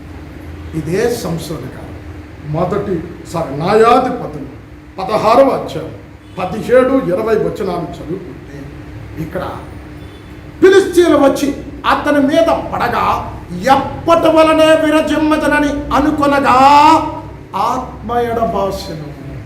అంటే తన సొంత శక్తితో, సొంత బలముతో ఫిలిష్తీయులను జయించాలనుకున్నా దేవుడు ఎడబాసాడన్న సంగతి తెలియలే. ఈరోజు సొంత బలం, సొంత శక్తి, సొంత జ్ఞానం నీలో ఉన్నదంటే రాయి ఉన్నది. సొంత శక్తి, సొంత బలంతో ఏమీ చెయ్యలేవు. అమ్మా, మీరింటికి పోయి దానియేలు 4:30-31 చదువు. నెబుకద్నెజరైనటువంటి బబులోను రాజు అయినటువంటి నెబుకద్నెజరు బబులోను మహావిశాల పట్టణాన్ని చూచి నా బలాధికారముతో నా ప్రభావ ఘనత కొరకు నేను కట్టిన నా రాజధాని నగరము కాదా అని తనలో తాను అనుకున్నాడంట. ఎప్పుడైతే తనలో తాను నా బలాధికారముతో నా ప్రభావ ఘనత కొరకు నేను కట్టినది నేను కట్టినది ఈ రాజధాని నగరం అని తనలో తాను ఎప్పుడైతే అనుకున్నాడో అప్పుడే రాజ్యం అతని యొద్ద నుండి వెళ్ళిపోయినది. అంటే ఇక్కడ నెబుకద్నెజరు దేవుడు నాకు కృపనివ్వబట్టి, దేవుడు నాకు శక్తినివ్వబట్టి, దేవుడు నాకు ఆధిక్యతనివ్వబట్టి ఇంత గొప్ప మహావిశాలమైన రాజధాని నగరాన్ని కట్టే అని దేవుణ్ణి మహిమపరచకుండా తన్ను తాను హెచ్చించుకున్నాడు. అదే క్షణములో రాజ్యం అతని యొద్ద నుండి పోయింది. నా ప్రియ క్రైస్తవ జనాంగమా, రాయి ఒక్కటైనా కనబడకూడదు నీ మందిరముగా కట్టబడటానికంటే నీ సొంత శక్తితో, నీ సొంత జ్ఞానముతో, సొంత సామర్థ్యముతో, సొంత అధికారముతో ఏమి చేయలే. అందుకే ప్రవక్తైన జకరియా 4వ అధ్యాయం 7వ వచనం, జకరియా 4th chapter 7th, శక్తి చేతనైనను బలము చేతనైనను కాక నా ఆత్మ ద్వారానే ఇది జరుగును అని చెప్పారు. అంటే ఈరోజు చాలామంది నాకు జ్ఞానం ఉన్నది కనుక నేను సాధిస్తూ, నా శక్తి ఉన్నది, సామర్థ్యం ఉన్నది, అధికారం ఉన్నది అని అనుకుంటే నీ సొంత శక్తి మీద, సొంత బలం మీద, సొంత అధికారం మీద, సొంత సామర్థ్యం మీద నువ్వు ఆధారపడ్డావంటే రాయి నీలో ఉన్నది. అమ్మా, మోషే ఎవరు అని మిమ్మల్ని అడిగితే మోషే నత్తివాడు అని చెప్తారు. అయితే బైబిల్ ఏం చెప్తుందో తెలుసా? యాక్ట్స్ 7th chapter 22 verses, అపోస్తలుల కార్యం 7వ అధ్యాయం 22వ వచనములు, మోషే ఐగుప్తీల సకల విద్యలను అభ్యసించి మాటల యందును కార్యముల యందును ప్రవీణుడై ఉండెను. అమ్మ, నత్తోడు మాటలు మాట్లాడతారు చెప్పండి, మాటలలో ప్రవీణుడు అంటున్నాడు. అంటే మోషే 40 సంవత్సరాలు కనుక నీవు ఐగుప్తుకు వెళ్ళి ఇశ్రాయేలీల ప్రజలను బానిసత్వం నుంచి విడిపించు అంటే ఏమంటున్నాడు తెలుసా? నేను ఏ పార్టీ వాడిని ప్రభువా అంటున్నాడు. ఇదే కాదు, ఒక 40 సంవత్సరాల వెనక్కి వస్తే, లా you have chosen a best person. Yes, నాకు జ్ఞానం ఉన్నది, ఐగుప్తు విశ్వవిద్యాలయంలో యూనివర్సిటీలో చదువుకున్నా, పట్టభద్ర పుచ్చుకున్నా, రాజకుమార్తె దగ్గర పెరిగాను, అధికారం ఉంది, శక్తి ఉంది, నా శక్తితో, నా బలముతో, నా సామర్థ్యంతో, నా జ్ఞానంతో ఇశ్రాయేలీల ప్రజలను ఐగుప్తు నుంచి విడిపించగలను అనేవాడు. అయితే 40 సంవత్సరాలు గొర్రెలు కాసే తర్ఫీదు ఇచ్చిన నేనే పాటి వాడిని. తర్వాత నిర్గమకాండం 4వ అధ్యాయము 6వ వచనం, ఎక్సోడస్ 4th chapter 6th verseలో మోషే నీ చెయ్యి చాపు అంటే చెయ్యి ఏమైందో తెలుసండి? కుష్టు రోగం కలిగిన చెయ్యి. వెంటనే ఈ చెయ్యితో కదా ఐగుప్తుని చంపావు, ఇదే చేతితో కదా ఇశ్రాయేలు ప్రజలను బానిసత్వం నుంచి విడిపించగలను అనుకున్నావు. అమ్మ, కుష్టు కలిగిన వాడు యుద్ధం చేయలేడు, కత్తి పట్టలేడు, ఈట పట్టలేడు, ఎందుకు పనికిరాడు కుష్టురోగి. కనుక దేవుడు చూపించేది ఏంటంటే, ఈ హస్తంతో నీ శక్తితో విడిపించాలనుకున్నావు ప్రజలను, నీ సామర్థ్యంతో విడిపించాలనుకున్నావు, నీ జ్ఞానంతో ఇశ్రాయేలు ప్రజలను బానిసత్వం నుంచి విడిపించాలనుకుంటున్నావు. ఇదేమి పని చేయదు. దేవుని శక్తి కావాలి, దేవుని జ్ఞానం కావాలి, దేవుని సామర్థ్యం కావాలి. కనుక రాయి, నా బలము రాయి బలము వంటిది కాదా అంటే సొంత శక్తి, సొంత జ్ఞానం మీదను ఆధారపడుతున్నామంటే నీ జీవితంలో రాయి ఉన్నది. ఆ రాయి తీసివేసుకుంటే తప్ప నువ్వు ఒక సజీవ మందిరముగా కట్టబడవు. ఈరోజు చాలామంది చెప్తూ ఉన్నారు, నేను ప్రార్థన చేస్తే స్వస్థత వచ్చింది, నేను ప్రసంగం చేస్తే సంఘాలు ఉజ్జీంపబడ్డాయి, నేనే కట్టాను. సొంత శక్తి, సొంత బలం, సొంత సామర్థ్యం, సొంత జ్ఞానం మీద ఆధారపడుతున్నావంటే నీ జీవితంలో రాయి ఉన్నది. ఈ రాయి తీసివేసుకుంటే తప్ప నువ్వు మందిరముగా కట్టబడవు. నువ్వు మందిరముగా కట్టబడకపోతే ఎత్తబడేటటువంటి గుంపులో ఉంటావు. 3వ రాయి సొంత శక్తి, సొంత బలం. 4వ రాయి సామెతలు 27వ అధ్యాయం 3వ వచనం, ప్రోవర్బ్స్ 27th chapter 3rd verseలో రాయి బరువైనది ఇసుక భారమైనది. ఏంటి బరువు? ఏంటి చూపెడుతుంది?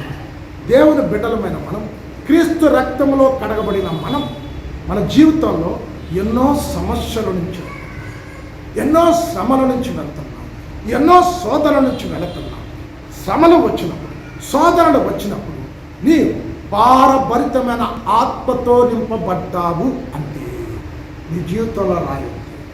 ఈ భారభరితమైన ఆత్మ ఒక వ్యక్తి ఆత్మీయంగా ఎదగకుండా, ఆత్మీయంగా ముందుకు సాగిపోకుండా ఆ వ్యక్తిని కిందకు దిగజారుతుంది. భారభరితమైన ఆత్మ మన జీవితంలో క్రియ చేయకూడదు. అందుకే ప్రవక్తన యెషయా ఏమంటాడో తెలుసా? యెషయా 61వ అధ్యాయము 3వ వచనం, ఐజయా 61 చాప్టర్ 3rd వర్సెస్లో భారభరితమైన ఆత్మకు ప్రతిగా స్తుతి వస్త్రాన్ని ఇస్తాను. అమ్మా, నీ జీవితంలో సమస్య వచ్చినప్పుడు, నీ జీవితంలో సాధనలు వచ్చినప్పుడు నోరు తెరిచి దేవుణ్ణి స్తుతించాలి. నువ్వు ఎంత ఎక్కువగా దేవుని స్తుతిస్తే, ఎంత ఎక్కువగా నోరు తెరిచి దేవుని మహిమపరిస్తే అంత తొందరగా నీకు కలిగిన సమస్య నుంచి విడుదల పొందుతావు. నీకు కలిగిన శోధన నుండి బయటకు వస్తావు. శోధనను జయించే శక్తి స్తుతి ద్వారా కలుగుతా. శోధన జయించే శక్తి స్తుతి ద్వారా దేవుడు కృపనిస్తా. పౌలు శీలను బంధించి చెరసాల్లో వేశారు. కాళ్ళకు చేతులకు బంధలు ఉన్నాయి, వాళ్ళంతా రక్తం కారుతూ ఉంది. వాళ్ళకి తెలుసు స్తుతిలో ఉండే శక్తి. అయితే వారు పౌలు శీలను కీర్తనలు పాడుతూ దేవుణ్ణి స్తుతించినప్పుడు భూకంపం వచ్చింది. చెరసాల తలుపులు తెరవబడ్డాయి. బంధించిన బంధకాల నుంచి విడుదల పొందే. సమస్యన్న బంధకముతో బంధించబడ్డావా? శోధనన్న బంధకము సంఖ్యలతో బంధించబడ్డావా? పౌలు శీలను స్తుతించినట్టు నీ నోరు తెరిచి స్తుతించండి. నువ్వు స్తుతిస్తున్నప్పుడు నిన్ను బంధించిన సమస్య అనే బంధకము నుంచి విడుదల కలుగుతా. శోధన అన్న బంధకము నుంచి విడుదల కలుగుతా. కష్టం అన్న బంధకము నుంచి విడుదల కలుగుతా. నీ చెరసాల అంటే ఏదైతే నిన్ను బంధించి ముందుకు సాగిపోకుండా ఆటంకపరుస్తూ ఉన్నదో ఆ సమస్య నుండి దేవుడు విడుదల కలగటానికి నీ స్తుతే మార్గాన్ని ఏర్పరచుకుంటుంది. కీర్తన 50వ అధ్యాయం చివరి వచనములో స్తుతియాగము అర్పించువాడు నన్ను మహిమపరచుచున్నారు, వారు దేవుని రక్షణ కనపరుచున్నట్లు మార్గమును సిద్ధపరచుకుంటారు. అమ్మా, మార్గాన్ని సిద్ధపరుస్తాడు దేవుడు అల్ల, తనకు సిద్ధపరుస్తాడు. ఎప్పుడు నువ్వు స్తుతిస్తున్నప్పుడు బంధకాల నుంచి విడుదల పొందుతా. అందుకే దేవుడు రక్షణ వారు కనపరుచున్నట్లు వారే మార్గాన్ని సిద్ధపరచుకుంటా. ఒకవేళ నీ జీవితంలో ఎరుకో లాంటి సమస్య ఎదురవచ్చు. ఎరుకో ప్రాకారాలు ఎలా కూలేయి? నోరు తెరిచి ఆర్భాటించినప్పుడు ప్రాకారాలు కూలిపోయాయి. అమ్మా, నీ సమస్య ఎరుకో ప్రాకారం లెక్క ఉన్నా. నువ్వు ఎంత నోరు తెరిచి నీ సమస్యలు ఎక్కువ అవుతున్న కొలది నువ్వు స్తుతి ఎక్కువ కావా. నీ కష్టాలు ఎక్కువ అవుతున్న కొలది దేవుణ్ణి మహిమపరచడం ఎక్కువ కావా. యోబు అంటున్నాడు, యెహోవా ఇచ్చెను, యెహోవా తీసుకును, యెహోవాకే స్తుతి స్తోత్రం కలుగును కాక. స్తుతించే. పోగొట్టుకున్నాడో ఏమేమైనా? పోగొట్టుకున్న దానికి రెండంతలు పొందుకున్నాడు. కారణం, లేనప్పుడు స్తుతించాడు, ఉన్నప్పుడు స్తుతించాడు. సమృద్ధి ఉన్నప్పుడు స్తుతించాడు, లేమి ఉన్నప్పుడు స్తుతించాడు. ప్రియ క్రైస్తవ జనాంగమా, భారభరితమైన ఆత్మ నీలో ఉన్నదంటే సమస్యలు వచ్చినప్పుడు, శోధనలు వచ్చినప్పుడు, కష్టాలు వచ్చినప్పుడు, శ్రమలు వచ్చినప్పుడు కృంగిపోతూ ఉంటే భారభరితమైన ఆత్మ ఒక వ్యక్తి ఆత్మీయంగా ముందుకు సాగిపోకుండా, ఆత్మలో ఎదగకుండా కిందకు దిగజారుతాడు, కిందకి లాగి వేస్తాడు. వీటిని జయించటానికి నీ నోటిలో స్తుతి ఉండాలి. కనుక ఈరోజు చాలామంది చిన్న సమస్య వస్తే చాలు, చిన్న కష్టం వస్తే చాలు, చిన్న శోధన వస్తే చాలు, ఎక్కడున్నాడండి దేవుడు? దేవుడు అనేవాడు ఉంటే మాకే శ్రమ, మాకే కష్టాలా, మాకే సమస్యలా? అమ్మా, శోధనను జయిస్తే, శ్రమలను జయిస్తే శ్రమ తర్వాత ఒక ఆశీర్వాదం ఉంటా, ఈ శోధన తర్వాత ఒక కిరీటం ఉంటా. యాకోబు 1:12 శోధన సహించువాడు ధన్యుడు, వాడు శోధనకు నిలిచిన వాడై దేవుడు తన్ను ప్రేమించిన వారి వాగ్దానము చేసిన జీవ కిరీటం పొందుకుంటాడు. అమ్మ, కిరీటం ఎవరు వద్దంటారు, కానీ శోధన వద్దంటారు. కిరీటం కావాలంటే శోధన ఉండాలి. పరీక్ష రాయకుండా ప్రమోషన్లే, పరీక్ష రాయకుండా ఇంకొక తరగతికి మనం ప్రమోట్ అవ్వలే. ఈరోజు నీ శోధన ఎందుకు వస్తుందనంటే ఆత్మీయంగానూ ఎదగటానికి. ఆ శోధనను జయిస్తే ఒక గొప్ప ఆశీర్వాదం నీకుంటా. దాన్ని ఎలాగ జయించాలి? స్తుతించుట ద్వారా, నీ నోరు తెరిచి దేవుణ్ణి మహిమపరిచి ఘనపరచుట ద్వారా. కనుక నాలుగో రాయి స్తుతి అంటే భారభరితమైన ఆత్మ నీ జీవితంలో ఉంటే ఆత్మీయంగా నువ్వు ఎదగకుండా ఆటంకపరుస్తావు. నీవు ఒక మందిరంగా కట్టబడటానికి ఈ నిన్ను కృంగతీస్తున్న ఆ భారభరితమైన ఆత్మ అన్న రాయి తీసివేసి పక్కన పారేసుకోవాలి. అప్పుడు నువ్వు మందిరంగా కట్టబడతావు. నాలుగో రాయి. ఐదవ రాయి మత్తయి 13వ అధ్యాయం 4 నుండి 8 వచనాలు చదువుకు. It's a very familiar chapter కదా. విత్తువాడి గురించి ఉపమానం చెప్తుంది. ఇక్కడ 4 రకాలైనటువంటి హృదయాలను యేసే చూపిస్తుంది. విత్తుతో ఉంటే విత్తనం కొన్ని త్రోవ పక్కన పడ్డాయి, పక్షులు వచ్చి ఆ విత్తనం. 2 ముళ్ళ పొదల్లో పడ్డాయి. 3 రాతి నేల మీద పడ్డాయి. 4 మంచి నేల మీద పడ్డాయి. ఇక్కడ రాతి నేల అంటే విత్తువాడు విత్తనము విత్తుతున్నప్పుడు నీ వాక్యం హృదయం అనే క్షేత్రంలో విత్తబడినప్పుడు మన్ను లేని రాతి నేల మీద పడింది. అయితే ఆ విత్తనము విత్తబడిన తర్వాత అది మొలచింది, కానీ సూర్యుడు ఉదయించినప్పుడు మాడిపోయి వేరు లేనందున ఎండిపోయెను. ఎందుకు? ఈరోజు చాలామంది హృదయాల్లో ఎందుకు వెండిపోతున్నారు? వేరు లోతుగా లేనందున. వాక్యం వింటున్నాం, అయితే అది మొలుస్తూ ఉన్నది. అయితే వాక్యం హృదయం అనే క్షేత్రంలో నిలవపోవటానికి కారణం వేరు లేనందున. ఎందుకు? రాతి నేల మీద పడింది, అక్కడ మన్నులే. ఏడి రాతి నేల? ఐక విచారాన్ని చూపెడుతూ ఉన్నది. మీరు లూకా సువార్త 21వ అధ్యాయము 35వ వచనం కనుక చూసుకుంటే ఐక విచారం మత్తును కలగజేస్తుంది. కనుక అని చాలా చక్కగా వేసే చెప్తున్నా. ఆయన రాకడ సమీపంలో ఎత్తపడే గుంపులో ఉండాలంటే ఐక విచారం నీలో ఉండకూడదు. చూడండి, ఈరోజు పక్షుల దగ్గరికి వెళ్ళి అడగండి, పక్షి నువ్వేం పట్లలో కూర్చుకోవట్లేదు, పొలాన్ని దున్నటలేదు, విత్తడం లేదు, మరి మధ్యాహ్నం ఫుడ్ సంగతి నీకేం చింతలేదా అంటే ఏమంటారు తెలుసా? సృష్టికర్త నాకున్నాడు, నన్ను పోషించే సృష్టికర్త. అమ్మా, నీ కొరకు వెతుక్కుంటూ పరలోకాన్ని విడిచిపెట్టి భూమి మీద వచ్చాడు. నిన్ను నన్ను రక్షించడానికి ప్రాణమే పెట్టాడు. ఇంత చేసిన దేవుడు నిత్యంతానికి ఆహారం ఇవ్వలేడా? ఈరోజు ఐక్య విచారం ఒక వ్యక్తిని కృంగతీస్తూ ఉన్నది. ఐక్య విచారం వలన రాతి ఆ విత్తనం హృదయమైన క్షేత్రంలో నాటబడిన వేరు లేనందున, మన్ను లోతుగా లేనందున అది రాయి అయిపోవటం వలన అది మొలచింది, కానీ సూర్యుడు ఉదయించగానే మాడిపోయి వేరు లేనందున ఎండిపోయాడు. ఈ రోజున లోక చింత నీకుంటే, లోక ఆకర్షణలు నీకుంటే, శరీర ఇచ్చన నీకుంటే, ఐక్య విచారం ఉంటే నువ్వు నీ హృదయంలో రాయి ఉన్నది. ఈ రాయి తీసివేసుకుంటే తప్ప నీవు మందిరముగా కట్టబడలేవు. యేసుక్రీస్తు ప్రభుల వారు మత్తయి 6:33 seek the Kingdom of God first and everything added to you. ఆయన రాజ్యంలో నీతిని వెతకండి, సమస్తము మీకు అనుగ్రహించబడును. సమస్తం అంటే నీకు కావలసినవన్నీ ఇస్తానన్నాడు. నువ్వు నీకు కావలసిన ఆహారం, నీకు కట్టుకోవలసిన బట్టలు అని అంటున్నాడు.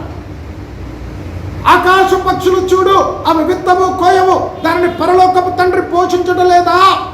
అడవి పువ్వులు చూడు, ఈరోజు ఉండి రేపు వాడిపోయే పువ్వును అంత సౌందర్యంగా దేవుడు అలంకరిస్తే నీ వస్త్రాలు దేవుడివ్వడా? నీ ఆహారం దేవుడివ్వడా?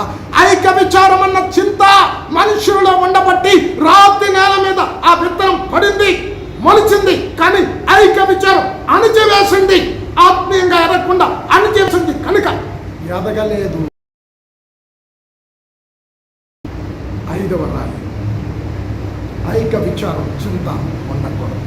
ఈరోజు చాలామంది కాపర్లు లాక్డౌన్ సందర్భంగా నేను చాలామందికి సహాయం చేశాను. అయ్యో మా తినడానికి తిండి లేదు, కట్టుకోవటానికి సరైనటువంటి ఆహారం లేదు, అవస్థ పడుతున్నా అంటే సంఘాలు మూయబట్టు. అమ్మ, వాక్యము ఎరిగిన వాడైతే, ఒక సేవకుడు వాక్యములో కట్టబడితే, అపొస్తలుల బోధలో కట్టబడితే, నీతిమంతుల సంతానం భిక్షమెత్తు కూడా చూడలే, సింహపు పిల్లలు లేమి కలవై ఆకలి యెహోవా యందు భయభక్తులు కలవారు ఏలేమి కలగదు. కాకి చేత ఏలియాకు ఆహారాన్ని పంపాడు. నన్ను పోషించడా విశ్వాసంలో ఒక సేవకుడు కట్టబడి ఉంటే, ఎన్ని లాక్డౌన్లైనా సంఘాలు మూయబడినా ఇంటికి పంపిస్తాడు దేవుడు. నీ అక్కరతల కొరకు ఇంటికి, నీ అవసరతల కొరకు పంపించి నిన్ను పోషించే దేవుడు. ఐక్య విచారం అన్న చింత, లోక ఆకర్షణ, ఇవన్నీ మనుషులను కృంగతీయటం వలన ఎదగలేకపోతున్నాను. ఈరోజు ఆ ఐక్య విచారం అన్న రాయి తీసి పారవేసుకోవాలి. 5వ రాయి, 6వ రాయి. మత్తయి 18వ అధ్యాయం 6వ వచనం, Mathews 18th chapter 6th verse ఇక్కడ, నా నామమందు విశ్వాసం ఉంచు ఈ చిన్న వాణిలో ఒకరిని అభ్యంతరపరచనే ఎడల అలాంటి వ్యక్తికి మెడకు పెద్ద తిరగటి రాయి కట్టి సముద్రములో, లోతైన సముద్రంలో ముంచుట మేలు. అమ్మా, ఇక్కడ కూడా ఒక రాయి ఏంటంటున్నాడు? నా నామమందు విశ్వాసముంచు ఈ చిన్న వాణిలో ఒకరిని అభ్యంతరపరిస్తే అతని మెడకు పెద్ద తిరగటి రాయి కట్టి లోతైన సముద్రంలో ముంచటం. అంటే అభ్యంతరపరిచే రాయి నీలో ఉండకూడదు. ఇతరులు నీ ద్వారా దేవుని దగ్గరికి రావటానికి అభ్యంతరకారంగా ఉండకూడదు. ఎవరి వలన అభ్యంతరం వస్తుందో వానికి శ్రమ అని దేవుడు చెప్పే. ఈరోజు అన్న జనాంగం మందిరాలకి లేకపోవటం వలన కారణం ఏంటంటే క్రైస్తవులమైన మనమే. మన జీవితాలు పరిశుద్ధంగా ఉండాలి. మన నోటి నుండి వచ్చే ప్రతి మాట దేవుని మహిమపరిచేటట్టుండా, ఇతరులకు ఆదరించేటట్టుండా. మన క్రియలు, మన నడవడిక, మన చూపులు, మన ప్రవర్తన, మన ఆలోచనలు మంచిగా ఉంటే దేవుని వెతుక్కుంటూ వస్తాయి. అమ్మా, ఒక బౌద్ధ లామా పరిశుద్ధ గ్రంథంలో తప్పులు కనిపెట్టాలని అమెరికాలో జరిగిన సంఘటన చెప్తున్నా. తప్పులు కనిపెట్టాలని గ్రంథాన్ని తీసుకొని గ్రంథాన్ని చదువుతూ ఉన్నాడు. అయితే అతని బయట చిన్నపిల్లలు ఆడుతూ ఉన్నారు క్రికెట్. వాడు వేసి బ్యాట్తో కొట్టాడు. ఆ రాయి వెళ్ళి అద్దం, కిటికీ అద్దాన్ని పగలగొట్టి లోపలికి వెళ్ళిపోయాడు. ఎప్పుడైతే ఆ రాయి అద్దం పాల్గొట్టిందో తెలుసు కదా, పిల్లలందరూ పారిపోయారు. అయితే ఎవరైతే బ్యాట్ తీసి కొట్టాడో అది పారిపోయాడు. పిల్లలు అంటున్నారు, అరే కొడతారా బాబు, వాడు వచ్చాడంటే అరే ఆ కిటికీ ఇరిగిపోయింది, ఆ డబ్బులు మనం పే చేయాల్సి వస్తుంది, మా అమ్మ నాన్న తెలిస్తే మన పట్టుకొని తడతారు. ఈ మాత్రం ఆ వ్యక్తి, ఆ చిన్నపిల్లవాడు ఆ ఇంటికి వెళ్ళి తలుపు కొట్టి తీసేసరికి ఏం బాబు ఈ కిటికీ అద్దం పాల్గొట్టిందారండి. నేనేనండి. బ్యాట్ తీసుకొని ఆడుతూ ఉంటే బాల్ కొట్టినప్పుడు ఇది ఇక్కడికి వచ్చింది. బయటకు చూసేసరికి అక్కడ కనబడలేదు. అందరూ పారిపోయారు, నువ్వెందుకు పారిపోలేదు అంటే కురవాడు చెప్పిన మాట, మా తల్లి తప్పు చేసినప్పుడు ఒప్పుకోవాలి, శిక్ష పడినా పర్వాలేదు ఒప్పుకోవాలి. తప్పు చేసినప్పుడు కప్పిపుచ్చుకుంటే దేవుని వాక్యం అది ఒప్పుకోదు. మా తల్లి నాకు బోధించిందండి.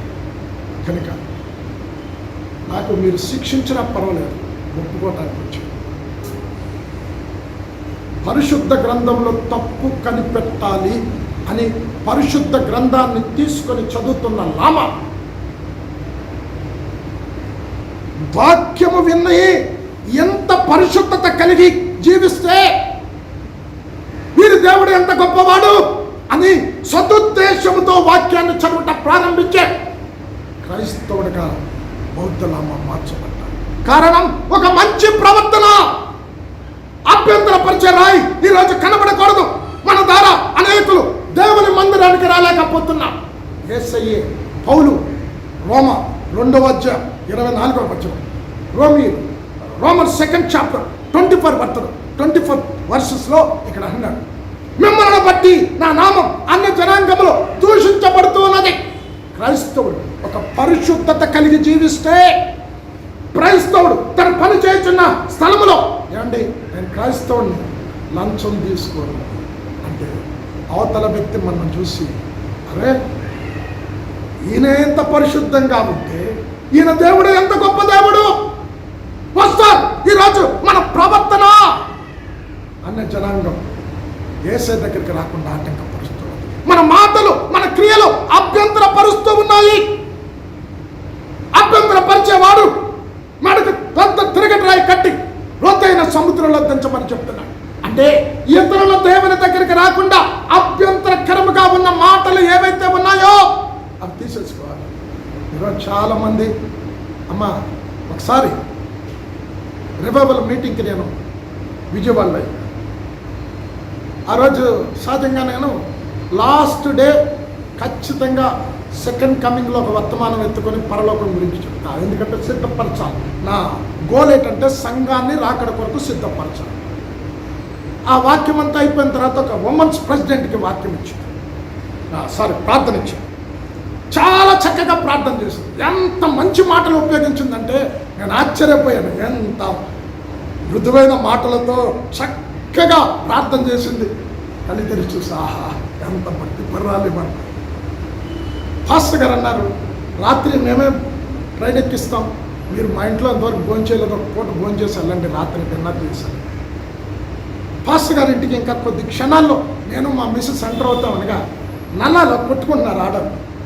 సంస్కృత పదాలు అనబడుతున్నాయి. ఎవర్రా ఇంత గొప్ప సంస్కృతం మాట్లాడుతుందని పక్క తిరిగి చూసేసరికి మధ్యాహ్నం ఆమె ప్రార్థన చేసింది. మన మాట దేవుని యొద్దకు రాకుండా ఆటంకపరుస్తూ ఉన్నది. ఇతరులు గాయపరిచే మాటలు మాట్లాడుతున్నావా? నీ ప్రవర్తన సరిగా లేదా? నువ్వు ఏ స్థలంలో పనిచేస్తున్నా ఆ స్థలంలో పవిత్రత కలిగి జీవించకపోతే, నువ్వు కూడా లంచాలు తీసుకుంటే, అక్రమాలు చేస్తే, మోసాలు చేస్తే, నిన్ను బట్టి అన్న జనాంగం దేవుని సన్నిధికి రాకుండా ఆటంకపరుస్తూ ఉన్నావు. అభ్యంతరపరిచే కారణం నీవే. అభ్యంతరపరిచి ఆ రాయి తీసేసుకోవాలి. ఈరోజు ఆ రోజున మందిరంలో దేవుడి నివాసం ఉన్నాడు. ఈ రోజున అంటున్నాడు, నూతన నిబంధనలో నీ హృదయమే దేవునికి ఆలయము అన్న మధ్యాకాశానికి వచ్చినప్పుడు ఈ మందిరాలు ఎత్తబడవండి. ఈ మందిరాలు ఎక్కడే ఉంటాయి?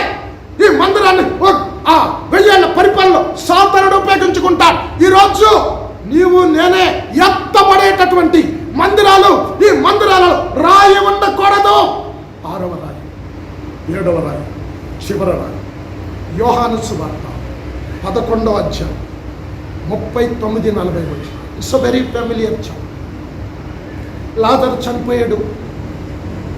చనిపోయిన లాజర్ని లేపటానికి యేసే వచ్చాడు.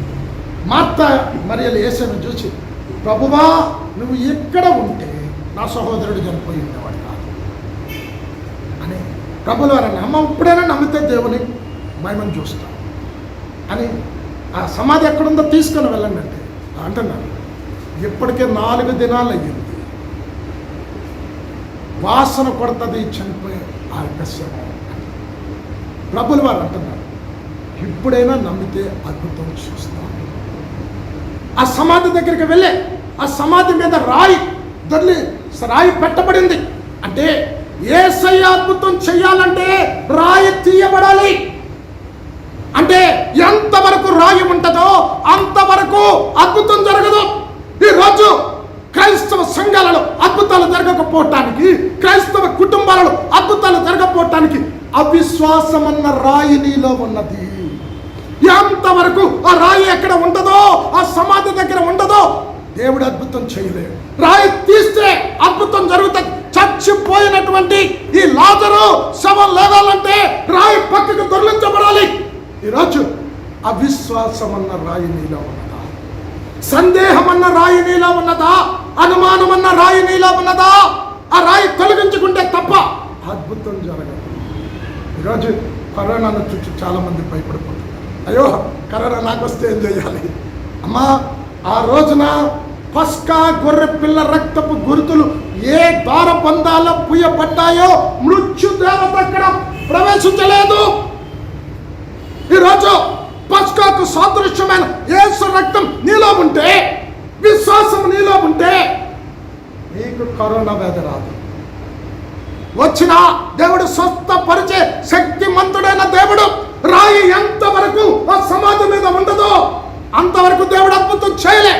ఎంతవరకు నీలో అనుమానం ఉంటుందో, అవిశ్వాసం ఉంటుందో, సందేహం ఉంటుందో దేవుడు అద్భుతం చేయడు.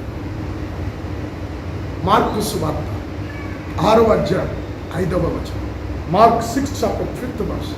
అమ్మ, యేసయ్య చాలా మందిని చూచి ఆశ్చర్యపోయినట్టు, ఇక్కడ అవిశ్వాసాన్ని చూచి ఆశ్చర్యపోయాడు.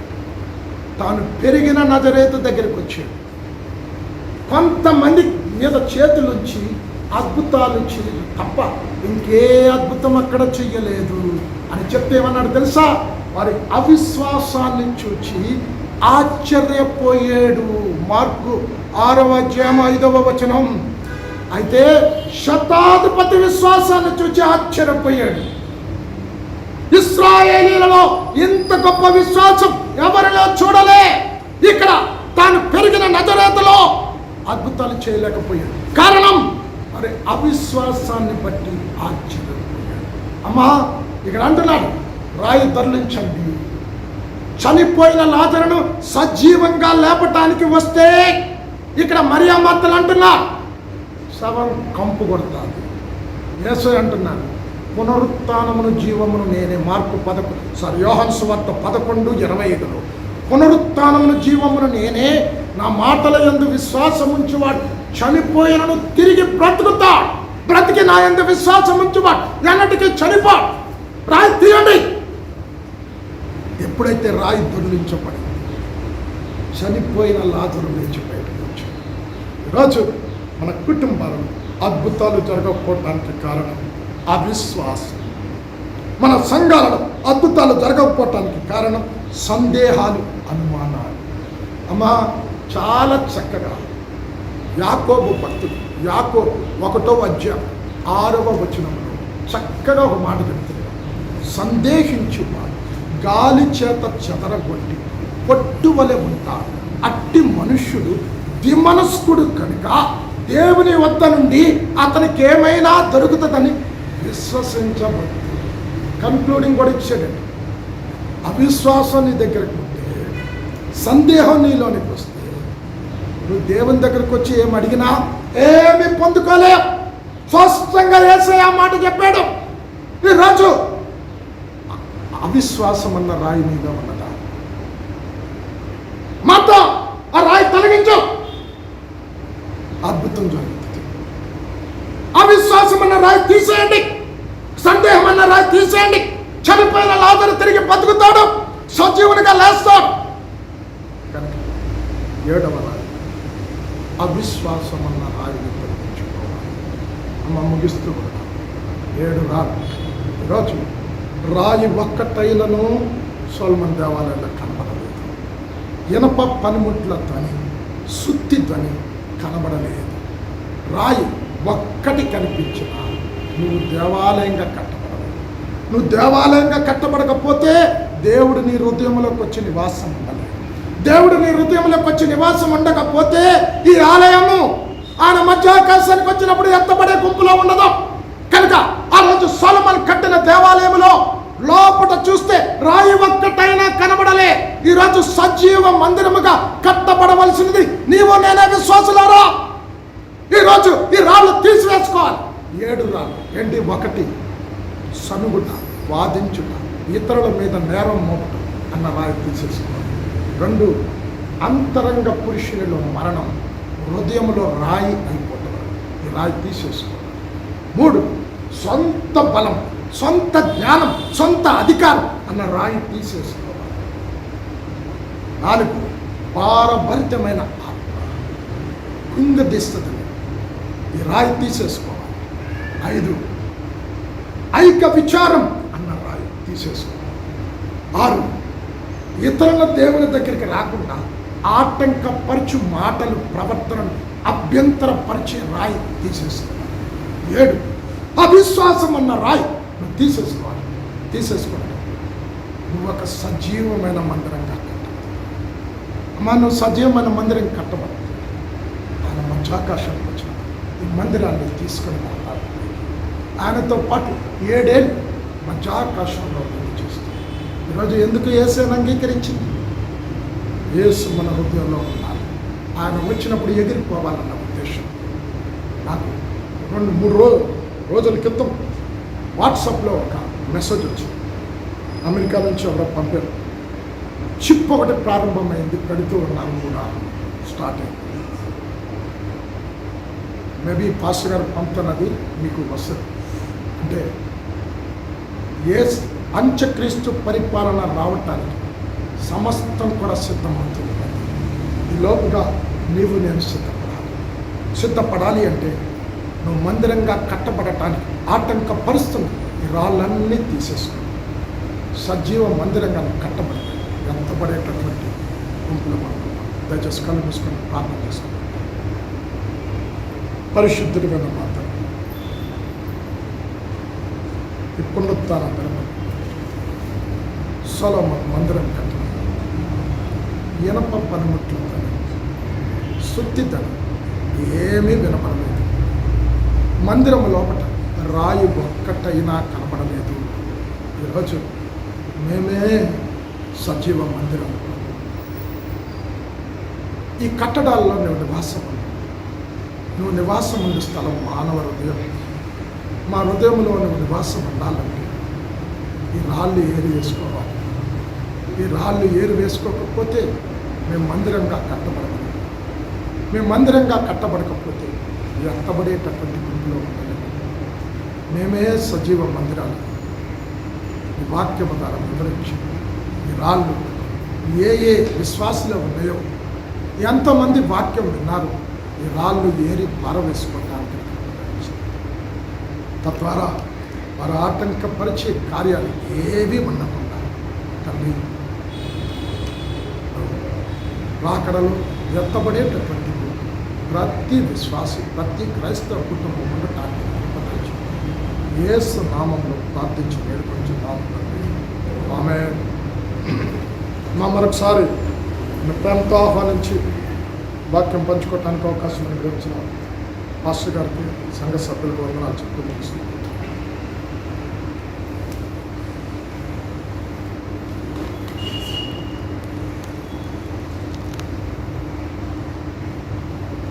దేవుని సంగమా, ఈ దినం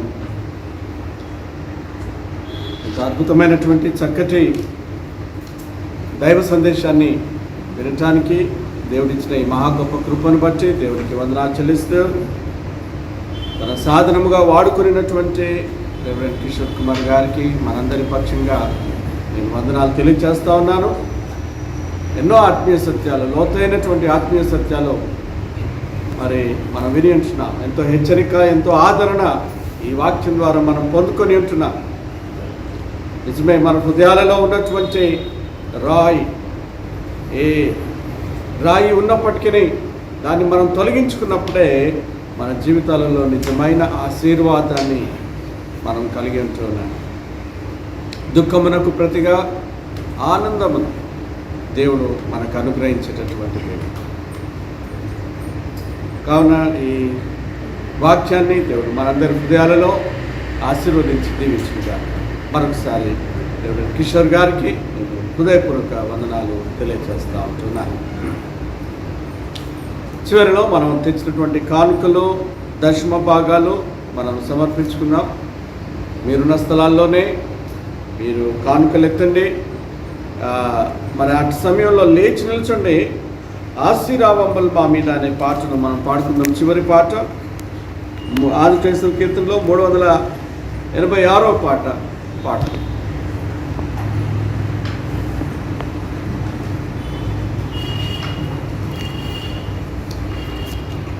ఆశీరావంబల్ మా మీద వర్షింపజేయుమీశా, ఆశతో నమ్మియున్నాము నీ సత్యవచనము.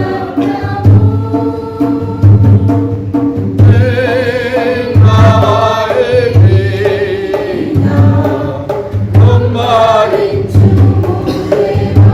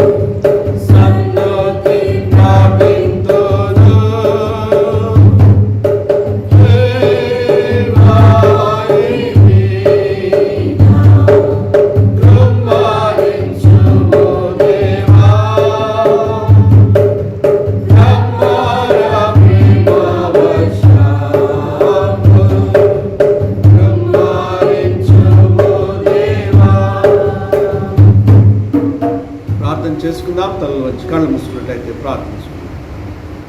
మా పరిశుద్ధులైన మా తండ్రి, కృపగల దేవా, ఈ ఉదయకాలపు ఆరాధనలో మీరు మాతో కూడా ఉన్నారు. నీకు వందనాలు.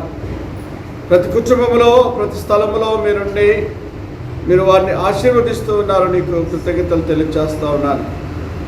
నీవు ఇచ్చిన వాక్యమును బట్టి వందనాలు నాయన. ఈ వాక్యమును మా హృదయాలలో నాచి ఫలింపచేయండి నాయన. నీకు సమీపంగా జీవించుటకు సజీవమైన రాళ్ల వలన మందిరంగా మేము కట్టబడుటకు నీ కృప దాయించమని వేడుకొనిచున్నాను. రెవరెండ్ కిషోర్ కుమార్ గారిని, వారి కుటుంబాన్ని మీరు ప్రత్యేకంగా దీవించి వారిని బలపరిచి ఇంకనూ గొప్పగా నీ మహిమార్థమై నీ సేవలో వాడుకొనమని ప్రార్థిస్తూ ఉన్నాను. సంఘమంతటి కొరకై వేడుకొనుచు ఉన్నాను. నీవే కాపరిగా ఉండి, ప్రధాన కాపరిగా ఉండి ప్రతి కుటుంబాన్ని కూడా నీ యొక్క సంరక్షణలో ఉంచమని ప్రార్థిస్తూ ఉంటున్నాను. నాయన, ప్రత్యేకమైన దీవెనలు ప్రతి కుటుంబంపై మీరు కుమ్మరించి ఈ వారమంతయు రానైన దినములన్నీ తోడ ఇండి చేయి పట్టుకుని నడిపించమని సమస్త ఘనత మీకే అర్పిస్తూ ఈ కొద్ది మనలో యేసుక్రీస్తు ద్వారా వేడుకొంచున్నాం తండ్రి. పరలోక పొందిన మా తండ్రి, నీ నామం పరిశుద్ధపరచబడును గాక. నీ చిత్తం పరలోకం మంది ఎలాగూ అలాగే మాకు కావలసిన ఆహారం మీరు మాకు దాయిచ్చి కీడును తప్పించము. ఎందుకంటే రాజ్యము, బలము, మహిమ నిరంతరం నీవైన తండ్రి. మన పరమ తండ్రి అయిన దేవుని ప్రేమ, కుమారుడైన క్రీస్తు యేసు వారి కృప, పరిశుద్ధాత్మీయ అన్యోన్య సహవాసము ఇప్పుడున్న మనకును, మన కుటుంబాలకును, దేశ విదేశాల్లో ఉన్న మన సంఘస్థులందరికీ ఇప్పుడు ఎల్లప్పుడూ సదాకాలం తోడైనను గాక.